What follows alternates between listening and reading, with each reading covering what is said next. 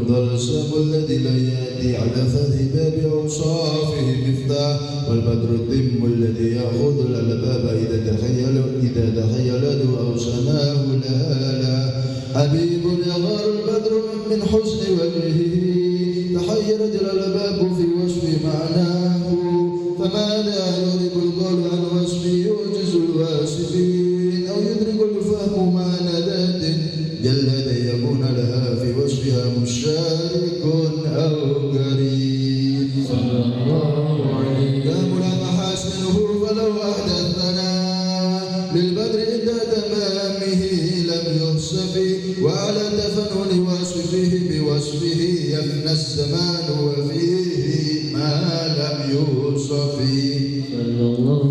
فما جل قدره العظيم وأوصف الله العميم اللهم صل وسلم أشرف الصلاة والتسليم على سيدنا ونبينا محمد الرؤوف الرحيم اللهم صل وسلم وبارك عليه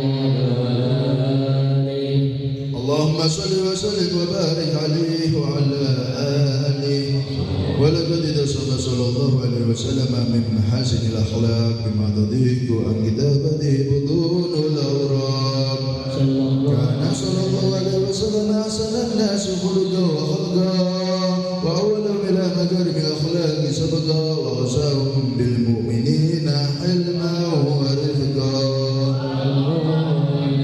بر الرؤوف لا يقول ولا يفعل إلا معروفا له الخلق السهل واللفظ المحتوي على المعنى الجزل إذا دعاه المسكين أجابه إجابة مؤجلة وهو الأب الشفيق الرحيم باليتيم والأرملة وله مع سهولة أخلاقه الهيبة القوية التي ترتعد منها فرائص الأقوياء من البرية ومن أشر طيبه تأطرت الطرق والمنازل وبعرف ذكره تطيبت المجالس والمحافل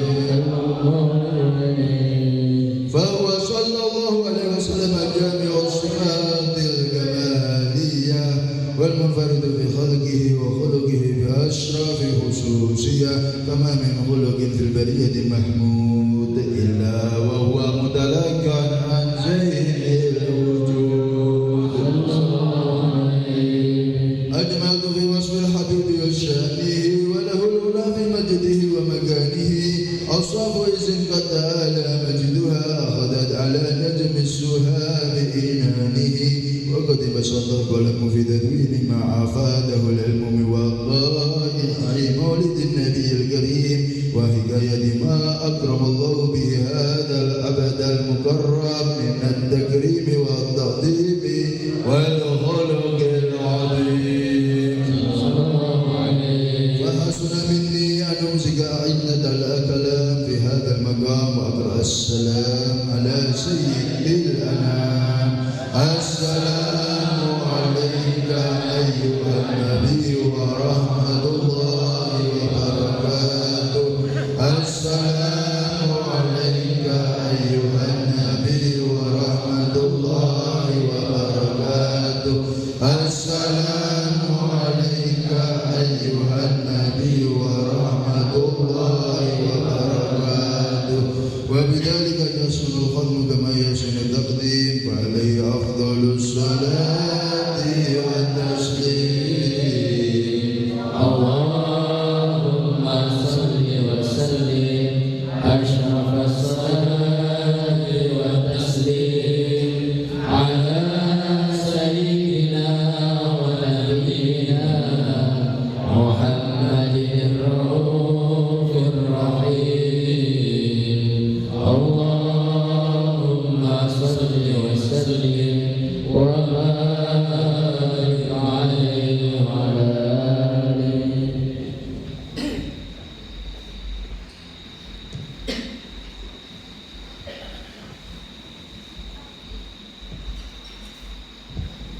بسم الله الرحمن الرحيم الحمد لله رب العالمين. اللهم صل وسلم على سيدنا محمد في الأولين. اللهم صل وسلم على سيدنا محمد في الآخرين. اللهم صل وسلم على سيدنا محمد في كل وقت وحين. اللهم صل وسلم على سيدنا محمد في الملأ الأعلى إلى يوم الدين. اللهم صل وسلم على سيدنا محمد وعلى آله وصحبه أجمعين. ولما نظم الفكر من دراري الأوصاف المحمدية عقودا توجهت إلى الله متوسلا بسيدي وحبيبي محمد صلى الله عليه وسلم أن يجعل سعي فيه مشكورا وفعلي فيه محمودا، وأن يكتب عملي في الأعمال المقبولة وتوجهي في التوجهات الخالصة والصلات الموصولة.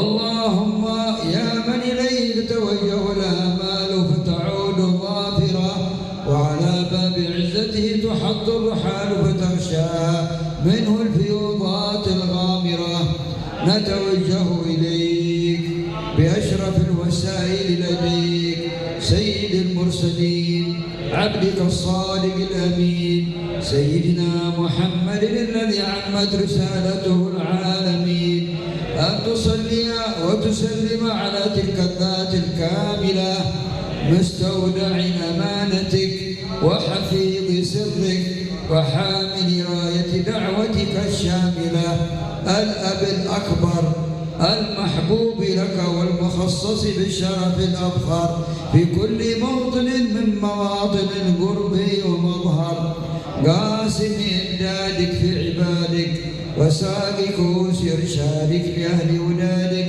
سيد الكونين وأشرف الثقلين، العبد المحبوب الخالص المخصوص منك بأجل الخصائص. اللهم صل وسلم عليه وعلى آله وأصحابه وعلى حضرة اقتراب من أحبابه. اللهم أنا نقدم إليك جاه هذا النبي الكريم، ونتوسل إليك بشرف مقامه العظيم أن تلاحظنا في حركاتنا وسكناتنا بعين عنايتك، وأن تحفظنا في جميع أطوارنا وتقلباتنا بجميل رعايتك وحصين وقايتك، وأن تبلغنا من شرف القرب إليك وإلى هذا الحبيب غاية آمالنا، وتتقبل منا ما تحركنا فيه من نياتنا وأعمالنا، وتجعلنا في حضرة هذا الحبيب من الحاضرين، وفي طرائق اتباعه من السالكين، ولحقك وحقه من المؤدين، ولعهدك من الحافظين. اللهم إنا لنا طماعا في رحمتك الخاصة فلا تحرمنا، وظنونا جميلة هي وسيلتنا إليك فلا تخيبنا.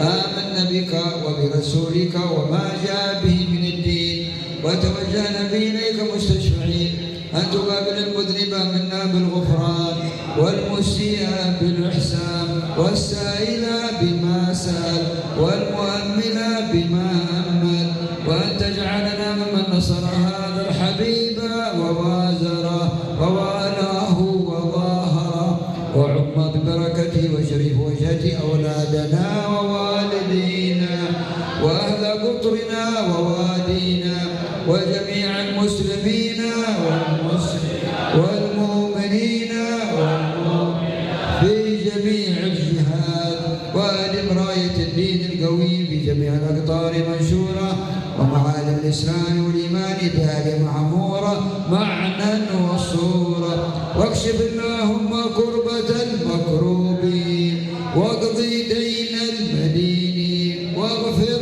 للمذنبين، وتقبل توبة التائبين، وانشر رحمتك على عبادك المؤمنين أجمعين، واكف شر المعتدين والظالمين، وابسط العدل بولاة الحق في جميع النواحي والأقطار، وأيدهم بتأييد من عندك توفيق ونصر على المعاندين من المنافقين والكفار. واجعلنا يا رب بالحسن الحصين من جميع البلايا. واجعلنا يا رب بالحسن الحصين من جميع البلايا. واجعلنا يا رب بالحسن الحصين من جميع البلايا وبالحرز المكين من الذنوب والخطايا. وأدمنا في العمل بطاعتك والصدق في خدمتك قائمين.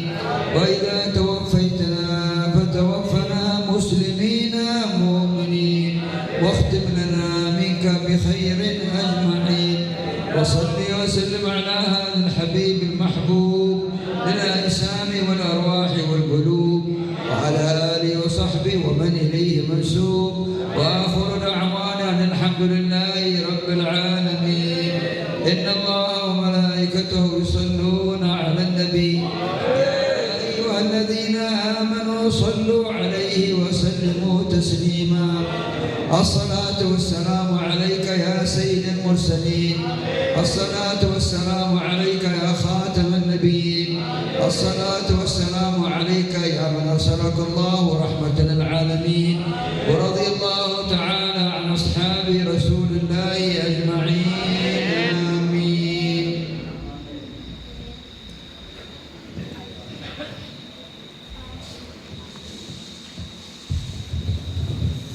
Alhamdulillahirabbil alamin. Bapak-bapak, ibu-ibu yang dimuliakan Allah Subhanahu wa taala. Alhamdulillah panjenenganipun Habib Ali bin Salim Asgab ingkang rawuh saking Sewun Hadramaut Yaman sampun di tengah-tengah kita sedaya. Pramila monggo kita tata manah kita sareng-sareng kita midhangetaken tausiahipun nasihat-nasihatipun mugi-mugi saged menguatkan keimanan kita dumateng Allah Subhanahu wa taala, kecintaan kita dumateng Kanjeng Nabi Muhammad sallallahu alaihi wasallam. Shallu ala Nabi Muhammad.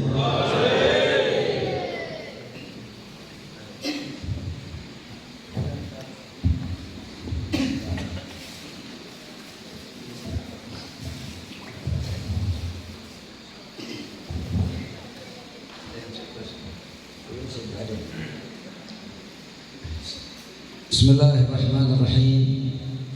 الحمد لله رب العالمين حمدا نستمطر به الرحمات والبركات.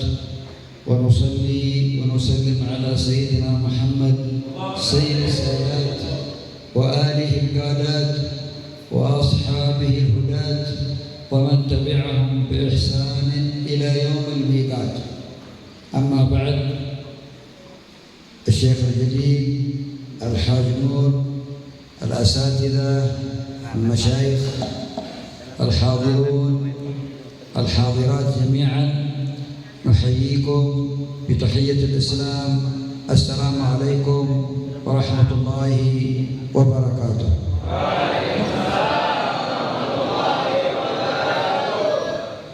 Bismillahirrahmanirrahim. Alhamdulillahirabbil alamin.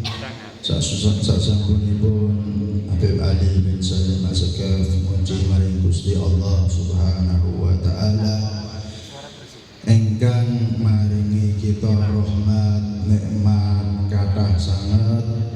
Beliau as-shalawat teng Kanjeng Nabi Muhammad sallallahu alaihi wasallam, ugi para sahabatipun, ahlul baitipun, lan ngucapaken matur nuwun sanget.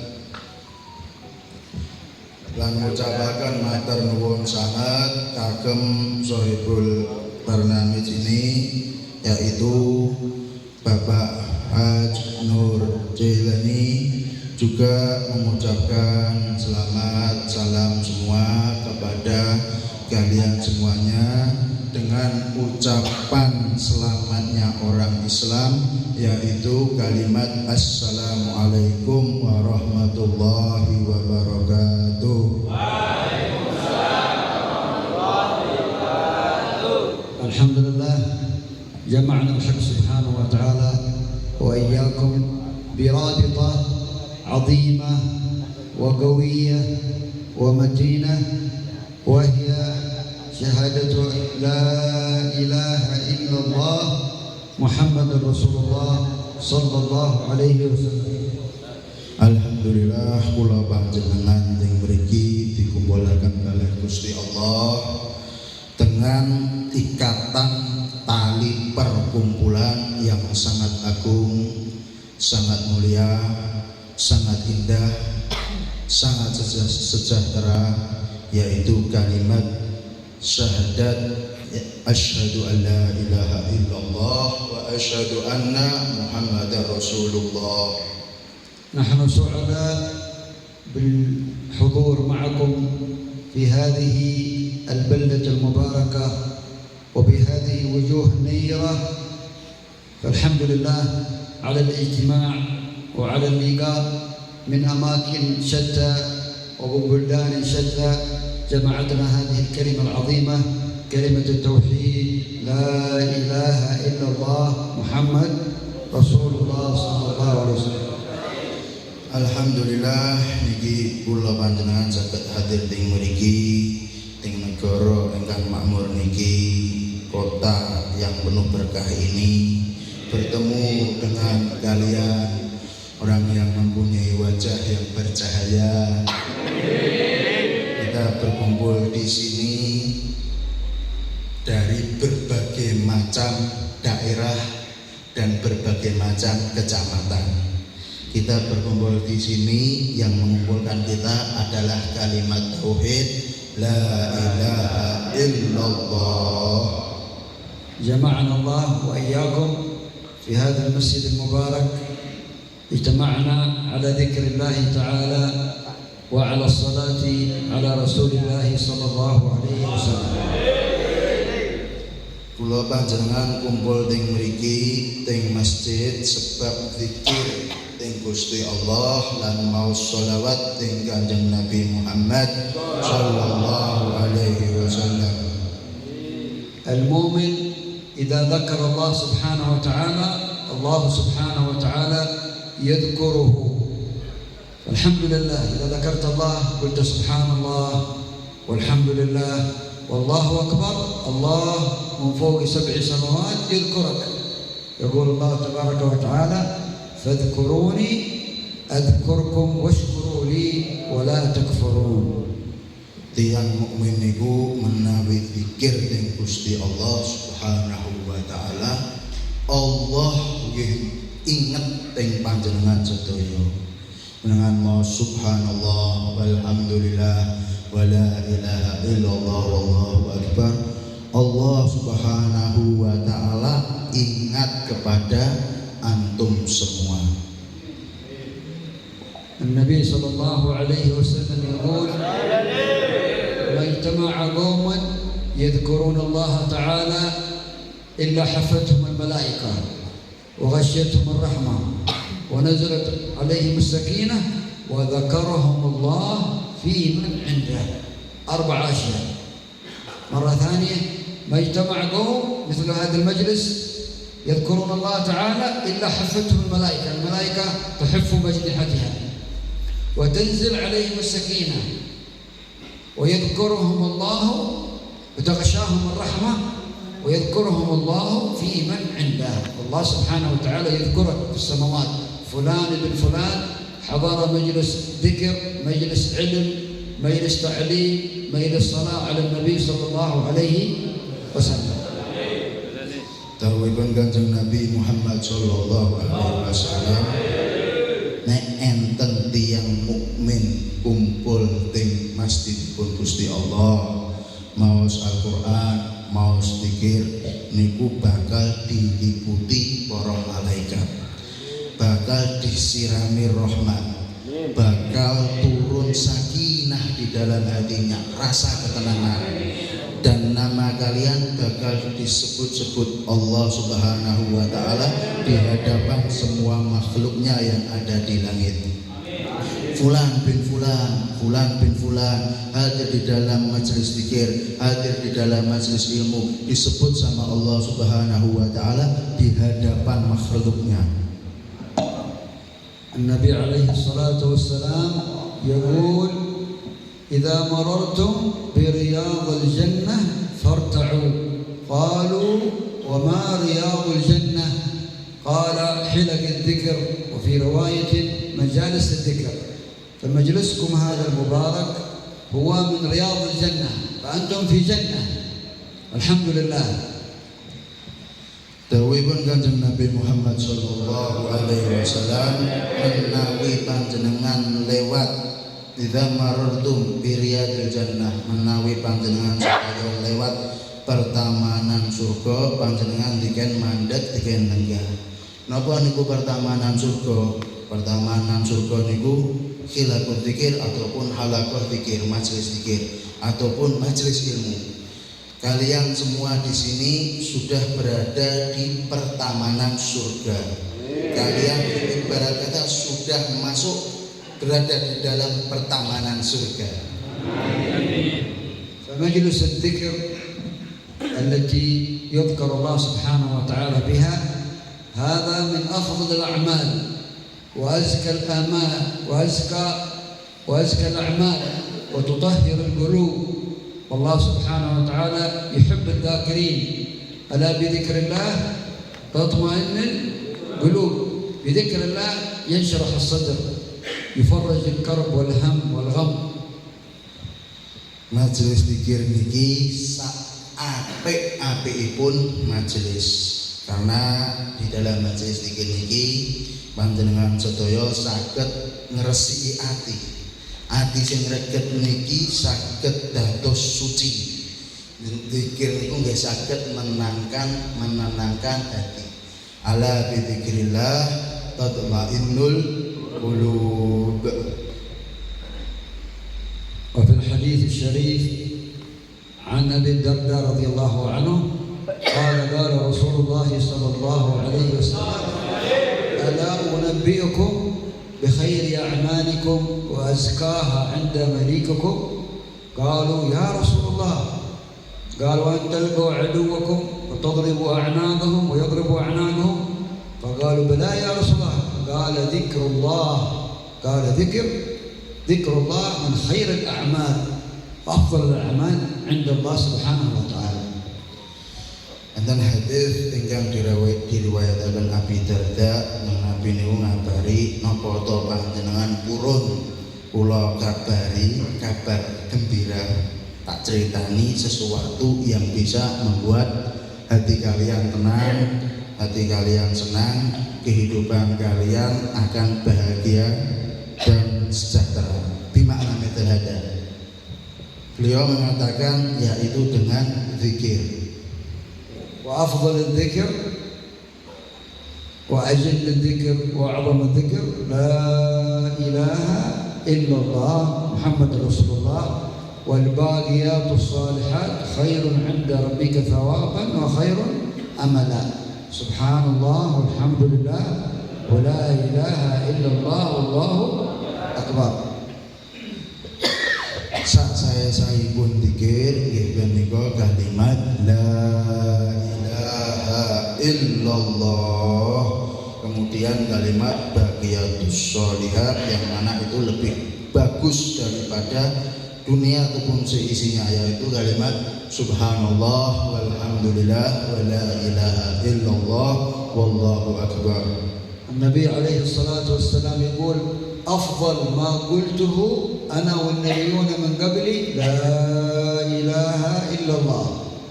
ويقول النبي صلى الله عليه وسلم لا إله إلا الله حصني ومن دخل حصني أمين من عذابي.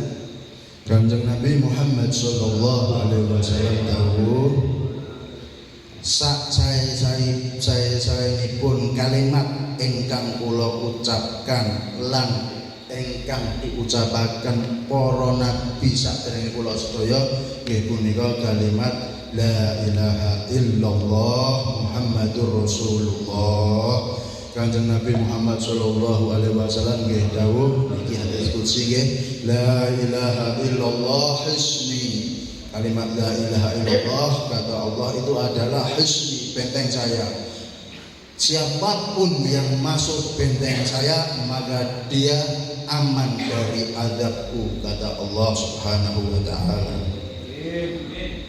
يقول النبي صلى الله عليه وآله وسلم: من كان آخر كلامه لا إله إلا الله دخل الجنة. أي مؤمن قبل وفاته نطق بالشهادتين لا إله إلا الله محمد رسول الله ومات، هذا يدخل الجنة آخر كلام. وبعض الناس ما يقدر يتكلم فيحرك سبابته هكذا يشير ويتوفى وينتقل من هذه الحياة الدنيا. فالإشارة بالسبابة هذا إشارة بلا إله إلا الله محمد رسول الله صلى الله عليه وسلم. Kanjeng Nabi Muhammad sallallahu alaihi wasallam dawuh, sinten mawon tiyang ingkang akhir kalamnya mengucapkan la ilaha illallah kemudian terus meninggal, maka meninggalnya masuk surga. Sinten mawon tiyang saderengipun sedo kok mengucapkan kalimat tauhid pasti masuk surga. Kemudian ada orang yang tidak bisa mengucapkan, tapi dia mengisyaratkan dengan tangannya, maka di situ dia termasuk ahli surga.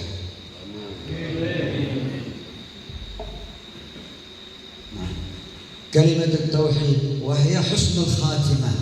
حسن تقرؤون في الراتب أذكار المساء يا الله بها يا الله بها يا الله بحسن. ما هي حسن الخاتمة؟ لا إله إلا الله محمد رسول الله. الصالحون والأخيار يخافون من ماذا؟ من حسن الخاتمة. يخافون أن يموتون ويخرجون من الدنيا على غير لا إله إلا الله محمد رسول الله. فالمؤمن يقول يا الله بها يا الله بها يا الله بحسن الخاتمة، يا رب أمتنا وخرجنا من الدنيا على حسن الخاتمة بكلمة التوحيد لا إله إلا الله محمد رسول الله. Kalimat tauhid nika kalimat pertanda husnul khatimah. Dengan menawi maos Ratibul Haddad gitu.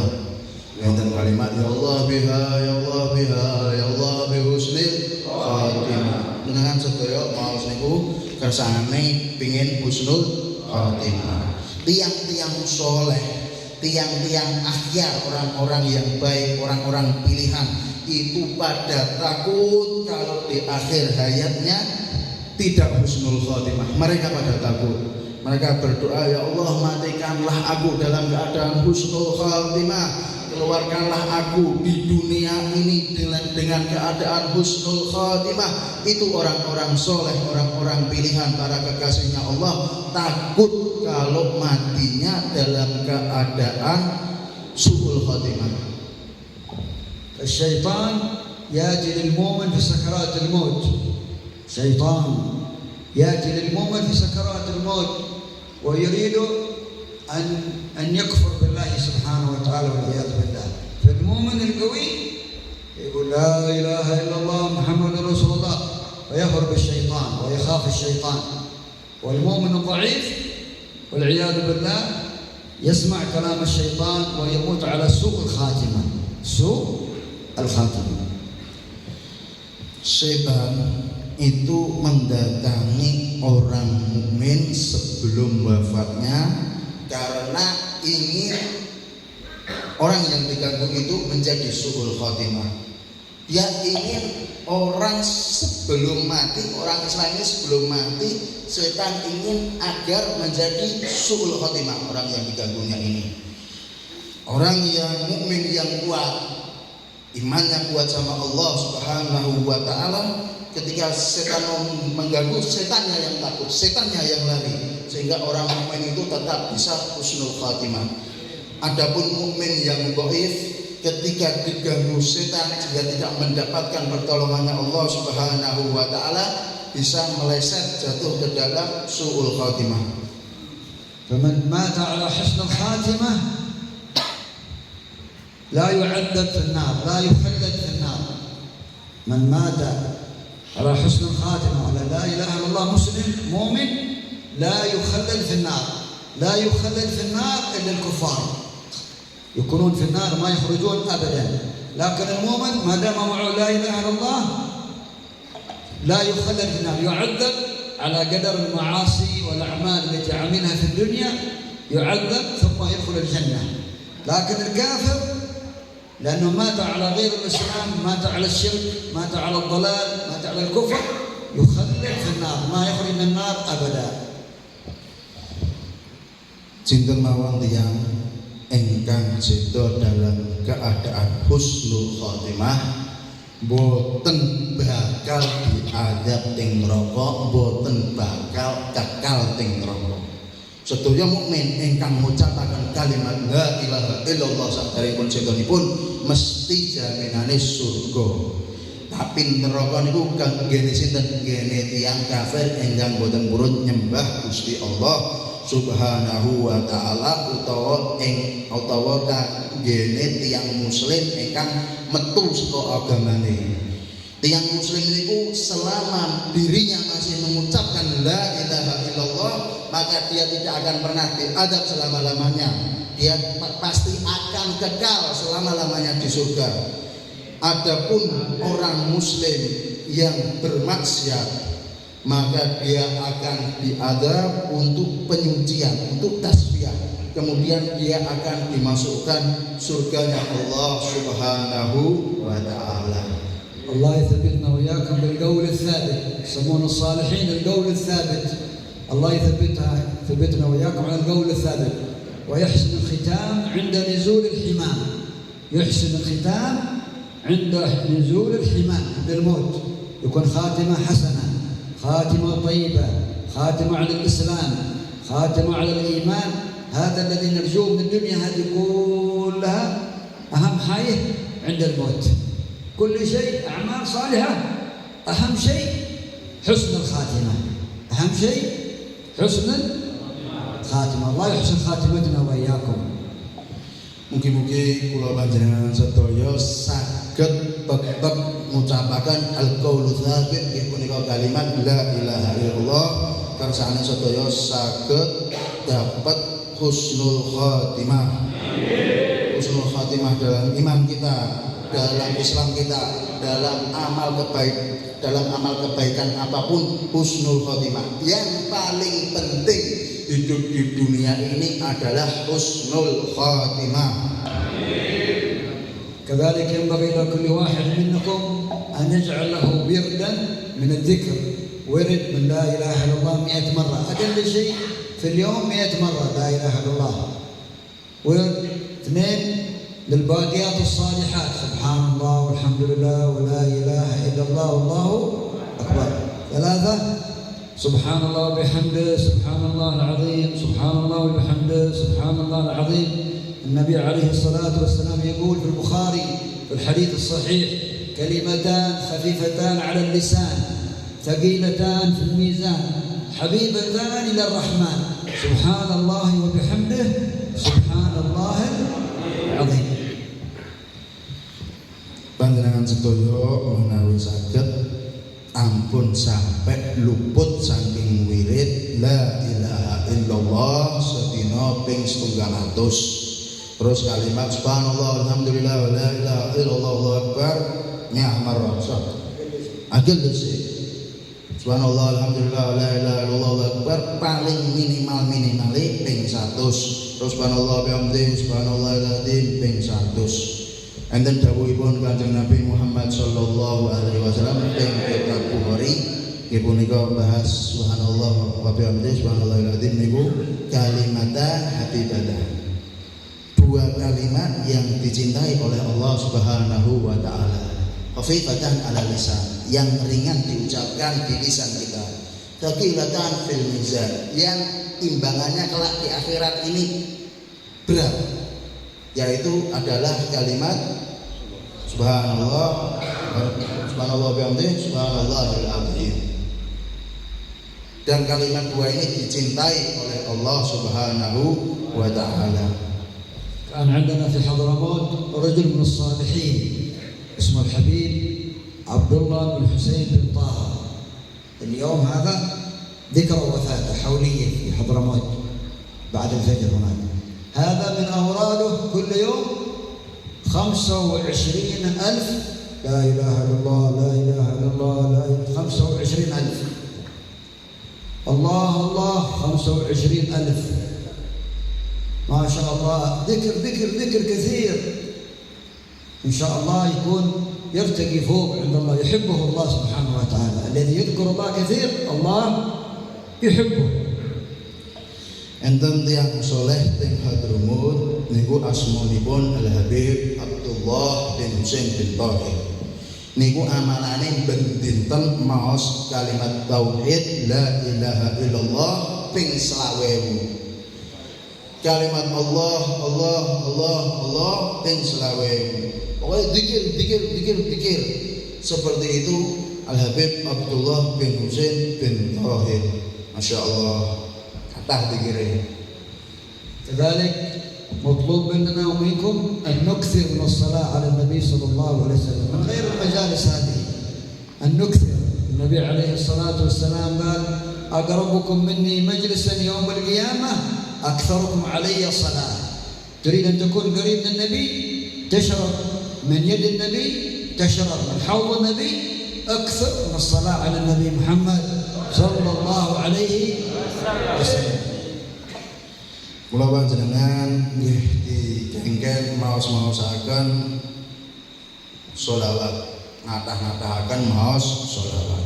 Mergo sesuk teng dinten kiamat niku sing paling cedhak kalih Kanjeng Nabi Muhammad sallallahu alaihi wasallam saking umat-umate nggih punika umat sing kathah maos sholawat. Jenengan nek pengin ngunjuk teng telagane Nabi Muhammad, jenengan nek pengen ngunjuk langsung dengan tangannya Nabi Muhammad sallallahu alaihi wasallam diken ngatah-ngatahaken maos sholawat.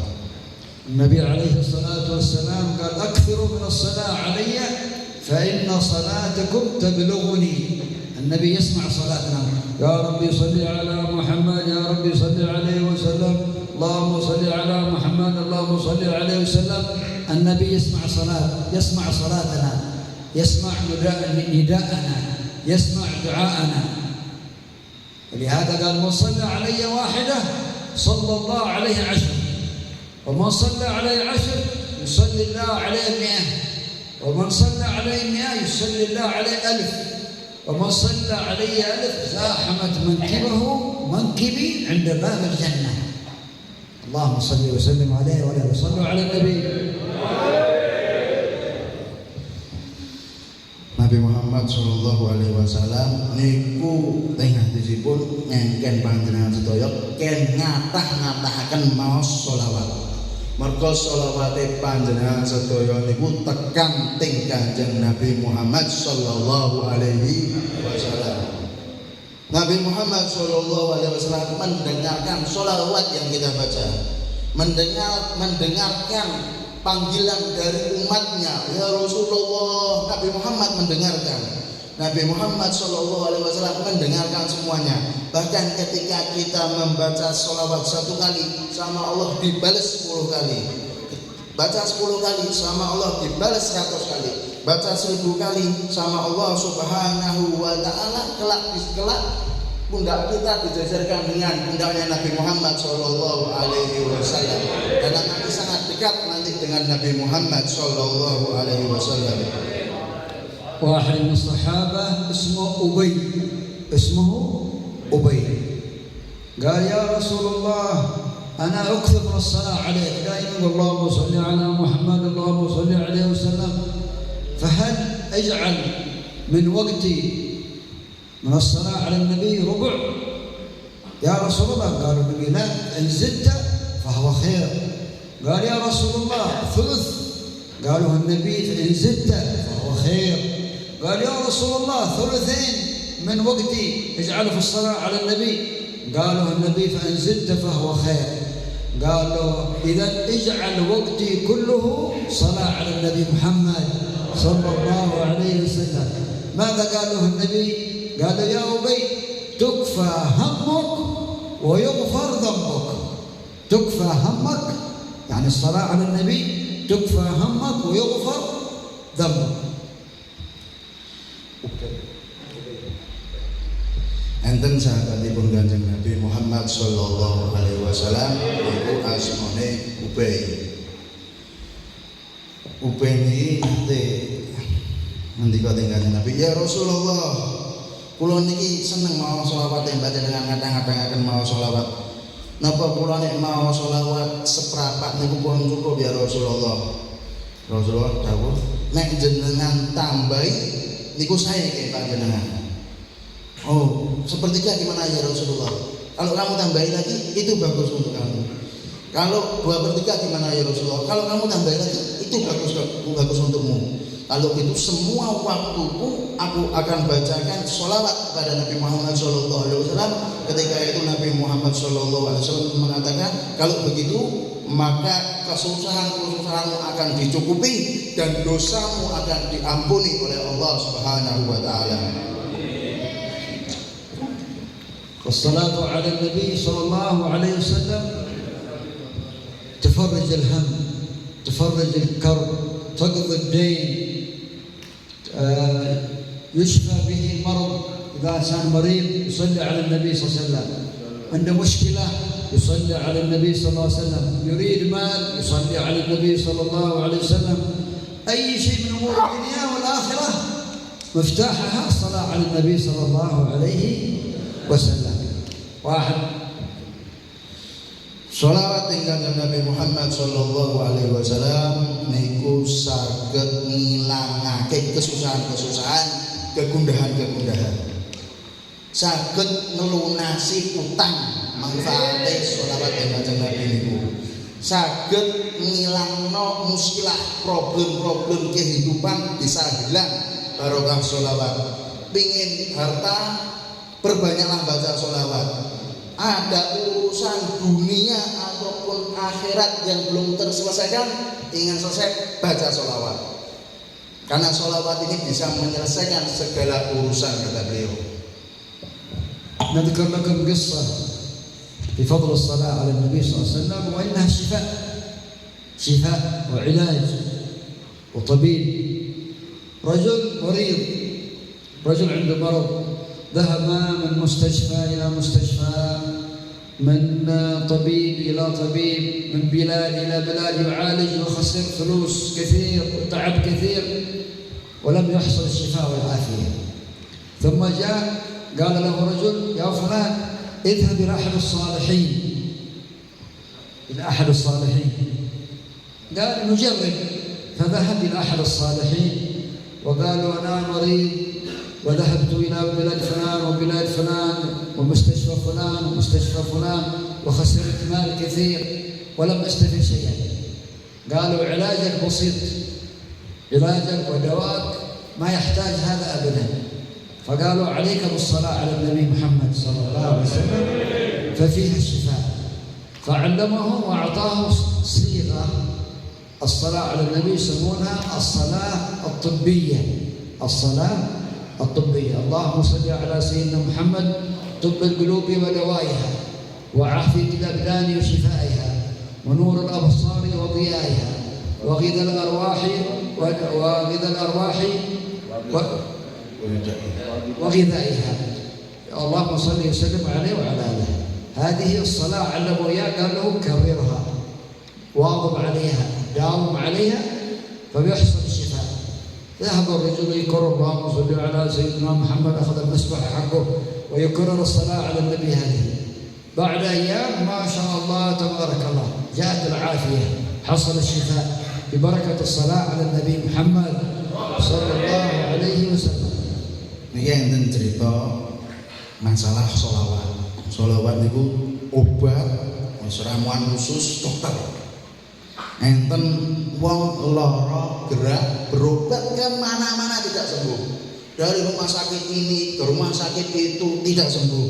Dari negara ini ke negara situ tidak sembuh. Udah keliling ke mana-mana tidak sembuh. Akhirnya disuruh sama orang, pergilah kamu ke orang yang soleh. Tanya sama orang soleh. Sama orang soleh itu dikasih obat. Orang solehnya mengatakan obatmu ini gampang. Kalau kamu mau mengamalkannya, kamu sehat. Apa obatnya? Sama orang soleh itu dikasih obat, suruh membaca sholawat bil qulub. Allahumma sholli wa sallim ala sayyidina Muhammad bil qulubi wa dawaiha wa afiyatil abdani wa shifaiha wa nuril absari wa dhiyaiha wa qutil arwahi wa widaiha wa ala alihi wa sahbihi wasallam. Sholawat ini kalau dibaca pasti bisa menyebabkan orang yang sakit menjadi sembuh total. Sakit apapun kalau membaca sholawat ini sembuh total. Sampai beberapa hari setelahnya orang yang melihat ini kaget, tuh Masya Allah sekarang sudah sehat walafiat. Gara-garanya apa? Gara-garanya setiap saatnya dia selalu memegang tasbih dan bersolawat dengan solawat tibiyah ini tadi. Allahumma sholli ala sayyidina Muhammad tibbil qulubi wa dawaiha wa afiyatil abdani wa shifaiha. Dibaca terus sampai selesai. Misalnya tidak berhenti membaca solawat itu, akhirnya Allah sembuhkan penyakitnya.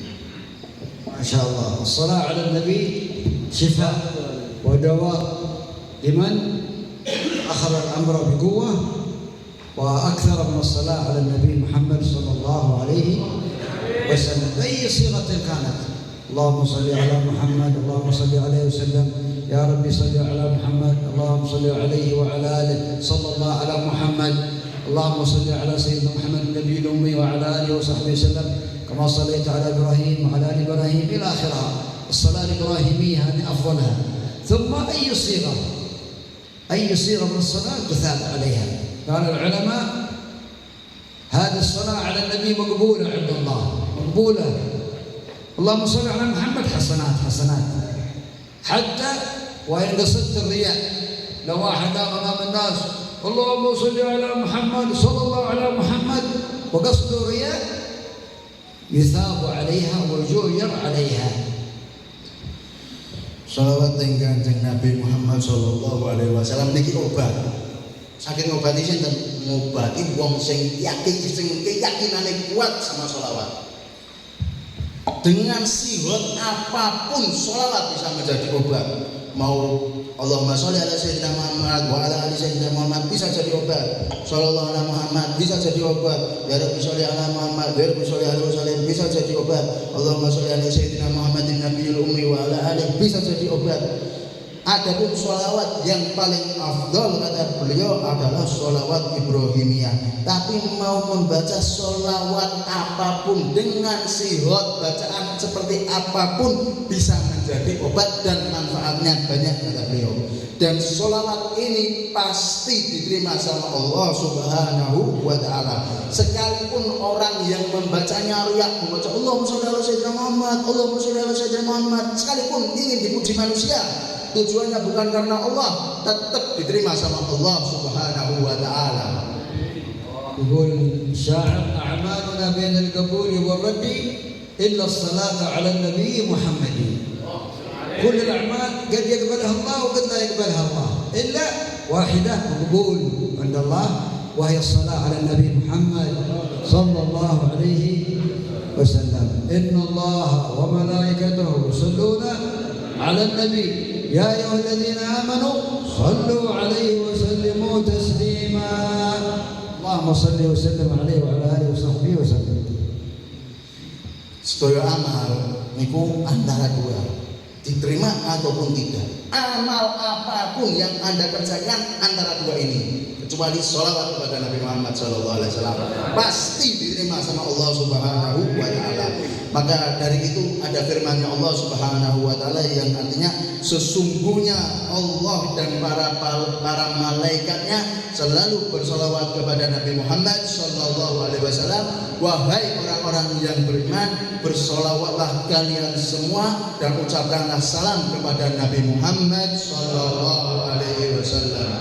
الذي يكثر من الصلاة على النبي محمد يرى النبي محمد في النوم وفي اليقظة. يكثر دائما اللهم صل على محمد، عنده مسبحة اللهم صل على محمد، يكثر في الطريق يسير دراجة اللهم صل على سيدنا محمد، في السيارة اللهم صل على محمد، في البيت جالس اللهم صل على محمد. الذي يكثر يرى النبي، يراه في النوم ويراه في اليقظة. ذكر العلماء أن هذه الصيغة للحبيب علي بن محمد صاحب المولد هذا صمد الدرر، قال هذا اللي يكثر منها يرى النبي محمد صلى الله عليه وسلم. اللهم صل وسلم على سيدنا محمد مفتاح باب رحمة الله عدد ما في علم الله صلاة وسلاما دائمين بدوام ملك الله وعلى آله وصحبه وسلم. هذه الصيغة التي يكررها دائما يرى الحبيب صلى الله عليه وسلم. الله يرزقنا رؤيته إن شاء الله. فليقرأوا في المنام. Sinten mawon tiyang ingkang maos ing Kanjeng Nabi Muhammad sallallahu alaihi wasallam selawat sing kathah niku bakal saged ningali Kanjeng Nabi Muhammad sallallahu alaihi wasallam dalam keadaan mimpi, tidur ataupun langsung. Siapapun orang yang memperbanyak sholawat kepada Nabi Muhammad sallallahu alaihi wasallam, maka dia bisa melihat Nabi Muhammad sallallahu alaihi wasallam. Di perjalanan kamu baca sholawat, di mobil kamu baca sholawat, di sedang duduk kamu baca sholawat, di mana-mana pun kamu baca sholawat, maka kamu bisa melihat Nabi Muhammad sallallahu alaihi wasallam. Ada ulama yang menjelaskan bahwasanya sholawatnya Al-Habib Ali bin Muhammad Al-Habsyi ini kalau dibaca bisa mempermudah orang untuk melihat Nabi Muhammad sallallahu alaihi wasallam. Yaitu sholawat yang sifatnya Allahumma sholli wa sallim ala sayyidina Muhammad miftahi babi rahmatillah adada ma fi ilmillah sholatan wa salaman bidawamaini mulkillah. Ini kalau dibaca orang bisa melihat Nabi Muhammad sallallahu alaihi wasallam. Syaratnya membacanya harus banyak. الذي يكثر من الصلاة على النبي محمد يكون شيخه النبي محمد. شيخ من؟ النبي محمد. لأنه في آخر الزمان يقول العلماء يقل المشايخ، ما في مشايخ كثير. من شيخك؟ النبي محمد صلى الله عليه وسلم. نعم الشيخ النبي محمد شيخك، فنعم الشيخ. اللهم صل وسلم على سيدنا. كل واحد منكم يعزم وينوي أنه يكثر من الصلاة على النبي، أقل شيء 500 ألف، وإن زدت فهو خير، إن زدت فهو خير. Sinten mawon tiyang ingkang ngatah-ngatahaken maos sholawat, nanti gurunya yang akan menjadi gurunya adalah Nabi Muhammad sallallahu alaihi wasallam. Karena di akhir zaman ini pun akhir zaman golek masyayikh guru niku pun angel karena tinggal sedikit. Tapi orang yang mau membaca sholawat nanti gurunya langsung Rasulullah sallallahu alaihi wasallam. Dan Rasulullah sallallahu alaihi wasallam adalah senikmat-nikmatnya guru, sebaik-baiknya guru.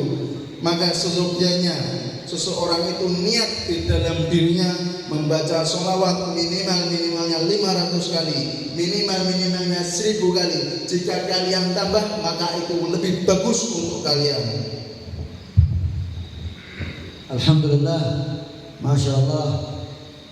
المجلس الذي فيه السكينة والطمأنينة هذا دليل على حضور الحبيب صلى الله عليه وسلم، لأنه يقول أنا جليس من ذكرني. فنحن ذكرنا من؟ دنيا؟ لا، ذكرنا النبي محمد صلى الله عليه وسلم. لا شك إن شاء الله يكون حاضر معنا بروحانيته ووجوده صلى الله عليه وسلم في هذا الكون، وفاح عطره الشديد ونوره المضيء صلى الله عليه وعلى آله وصحبه وسلم.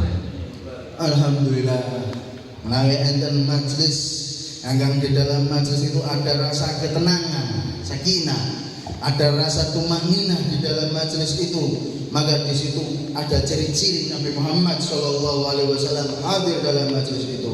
Karena Nabi Muhammad sallallahu alaihi wasallam mengatakan ana jalisun man dzakarni. Saya duduk bersama orang yang mengingatku.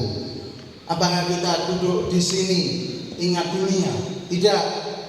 Kita di sini ingat Nabi Muhammad sallallahu alaihi wasallam. Dan di sini Nabi Muhammad sallallahu alaihi wasallam hadir bersama kita. Kita bisa merasakan adanya ketenangan di sini.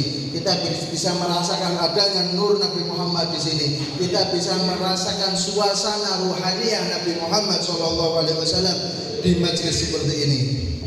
Allah ينور بصيرتنا وينور أبصارنا. هذا البصر وهذه البصيرة. إذا هذه البصيرة القلب نظيف طاهر أبيض مثل هذا الثوب يرى النبي صلى الله عليه وسلم. إذا كان هذا القلب غير نظيف مثل الثوب فيه وسخ لا يرى شيء حتى يتطهر، حتى يتصفى عن الحسد، البغض، الحرام، المعاصي، الذنوب، كبائر، مخالفات، لا يترك الصلوات، لا يقطع الأرحام، لا يعق الوالدين، فهذا سيرى النبي محمد صلى الله عليه وسلم. وأما والعياذ بالله واحد يحضر مولد لكنه عاق الوالدين، يحضر مولد لكنه قاطع لأرحامه، يحضر مولد لكنه لا يصلي الصلوات الخمس. كيف؟ هذه فروض لابد. الصلوات الخمس تحافظ عليها، بر الوالدين تحافظ على بر الوالدين، أبوك أو أمك إذا كانوا أحياء تزورهم، تسلم عليهم، تحسن إليهم، تدعو لهم، تكرمهم، تساعدهم، تعاونهم. وإذا توفى أحدهما أو كلاهما فزرهما في المقبرة، زر القبر، تصدق عنهم، ادعو لهم، اعتمر عنهم، حج عنهم، صدقة عنهم، أضحية عنهم. ونويت هذه الصدقة عن والدي فلان، هذه الصدقة علبة حجمها هذه، نويت هذه صدقة عن والدي فلان الله يرحمه، هذه عن والدتي فلانة الله يرحمها، تعطيها فقير ومسكين ومحتاج أو مجلس علم أو مجلس خير، وهكذا فتكون بارا لوالديك أحياء وأمواتا. Masya Allah. Karena intinya bagus semua ini ya. Jadi seperti ini, kita ini mempunyai mata. Mata ini namanya basor. Kalau mata yang di sini namanya basiroh. Kalau basiroh kita ini bersih seperti hanya baju yang berwarna putih, maka kita bisa melihat Nabi Muhammad SAW.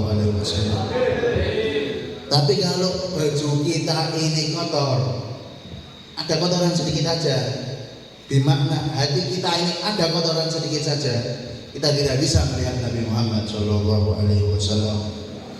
Ada kotoran di hati kita, hasud ataupun benci kepada orang lain, ataupun sering melakukan yang haram, ataupun sering bermaksiat, ataupun memutuskan tali silaturahmi, ataupun kurang ajar dengan orang tua, maka kita tidak akan bisa melihat Nabi Muhammad SAW. Masya Allah, yang hadir maulid seharusnya tidak memutuskan silaturahmi, seharusnya selalu birrul walidain, seharusnya selalu sholat 5 waktu tidak ditinggalkan, seharusnya selalu berbakti kepada orang tua. Jika orang tua kita masih hidup, kita kunjungi orang tua kita perhatikan orang tua kita bantu orang tua kita cukupi semua kebutuhan orang tua kita. Tapi jika orang tua kita sudah meninggal, maka kita kunjungi kuburannya, kita bersihkan kuburannya, kita rawat kuburannya, kita bersedekah, niat menghadiahkan pahalanya untuk orang tuanya. Beliau memberikan contoh, kita bersedekah air ini, kita niatkan semoga pahalanya untuk orang tua saya, untuk bapak saya, untuk ibu saya, kita niatkan seperti itu. Dan ini adalah buah daripada Maulid Nabi Muhammad SAW. Majelis ini buahnya adalah itu ya ikhwan. Alhamdulillah, العفو سامحونا طال الوقت عليكم وطال الكلام عليكم. الحمد لله على هذه اللقاء والجلسة المباركة. ربنا إن شاء الله يقبلنا على ما فينا. اللهم يا ربنا يا كريم يا رحيم يا أرحم الراحمين، ذكرنا حبيبك الأمين سيدنا محمد الصادق الأمين وآله الأكرمين وأصحابه أنجم الدين. نسألك يا الله يا الله يا الله أن تقبلنا وأن ترحمنا وأن تعفو عنا وتغفر لنا وتعطينا وتمنحنا وتفيض علينا وتكرمنا بما كرمت به عبادك الصالحين، وأن تطهر قلوبنا وتغفر ذنوبنا وتستر عيوبنا وتكشف كروبنا وتفرج همومنا وتيسر أمورنا وتبارك في أولادنا وأحفادنا وذرارينا. متعنا بعلمائنا، متعنا بصلحائنا، متعنا بوالدينا، ويرزقنا الأدب معهم أحياء وأمواتا، وأن يرزقنا الإخلاص والقبول والتوبة وحسن الخاتمة عند الموت، وأن يبارك في أهل هذه البلدة المباركة وهذا الجمع المبارك، واجعل هذا المجمع متصل بالحبيب صلى الله عليه وسلم. آمين. بأصناف الصالحين. آمين. مجمع من مجامع الصالحين، مجمع من مجامع الأخيار، مجمع من مجامع النور، مجمع مع المجامع التي يحبها الله ورسوله صلى الله عليه وسلم.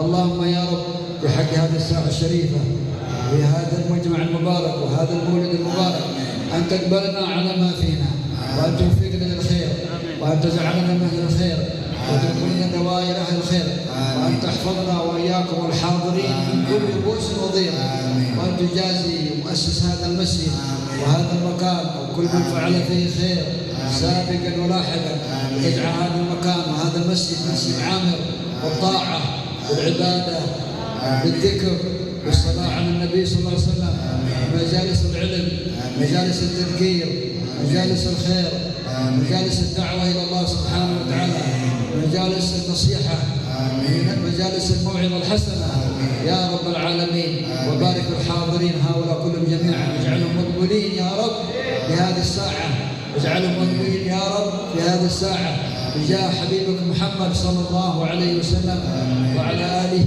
وصحبه ومن تبعهم بإحسان إلى يوم الدين. والسلام عليكم ورحمة الله وبركاته. Waalaikumsalam.